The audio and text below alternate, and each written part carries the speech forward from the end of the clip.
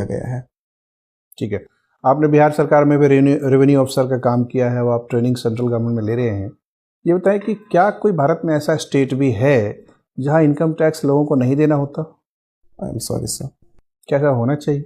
Sir income tax देना चाहिए as I feel, क्योंकि वो इनकम का, गवर्नमेंट के इनकम का एक इम्पॉर्टेंट सोर्स होता है, और वेलफेयर स्टेट होने के कारण गवर्नमेंट के पास बहुत सारे वर्क होते हैं, बहुत सारे उनके एक्सपेंसेस होते हैं। As a result sir income tax होना चाहिए।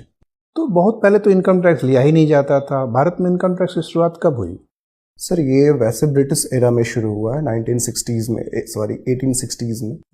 1861 में शुरू हुआ। Yes sir. तो उसके पहले तो भारत में आयकर लेने का कोई रिवाज ही नहीं सर, था। निश्चित रूप से आज के तरह का इनकम टैक्स उस समय नहीं था, बट सर टैक्स के अलग सोर्स थे, और ये वैदिक पीरियड से रहा है।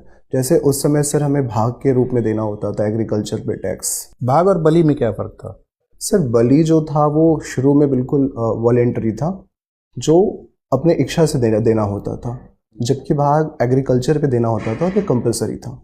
अच्छा, और अशोक ने किसी इलाके के लिए कुछ रियायत दी थी, भाग को कम किया था कि बलि को कम किया था? सर शायद लुम्बिनी जब गए थे तो उस वक्त एक सर भाग को कम किया गया था। कहा कितना से कितना कर दिया गया? सर ये मैं अभी बहुत एग्जैक्टली रिकॉल नहीं कर पा रहा हूँ। तो 1/6 से 1/8 कर दिया गया। Yes, thank you sir. तो कितना % रिडक्शन हुआ? सर ऑलमोस्ट 20% के आसपास। 1/6 का मतलब कितना %? Almost 17 to 18% sir. अच्छा, 16.67 हो जाएगा। ठीक है, और 1/8 का मतलब कितना हुआ? सर लगभग 12.5% के आसपास। तो लगभग 4% की रियायत दे दी गई। Sorry sir. तो ऐसे टैक्स हॉलीडे, जैसे एक तरह से समझिए कि टैक्स कंसेशन दिया, क्या आज भी भारत सरकार टैक्स कंसेशन देती है किसी खास गतिविधि को बढ़ाने के लिए?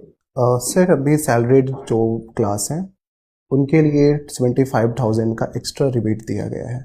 अच्छा, तो ये एक सोर्स है sir. At the same time जो दूसरे सेक्टर्स हैं वहाँ पर भी गवर्नमेंट टैक्स को कम करके, फॉर एग्जांपल जो कॉरपोरेशन टैक्स था उसको कम करके इंडस्ट्रियलाइजेशन की ओर कोशिश कर रही है। अच्छा, ये बताइए, मेरा अंतिम सवाल है, टैक्स ब्रेक और टैक्स रिबेट में क्या फ़र्क होता है?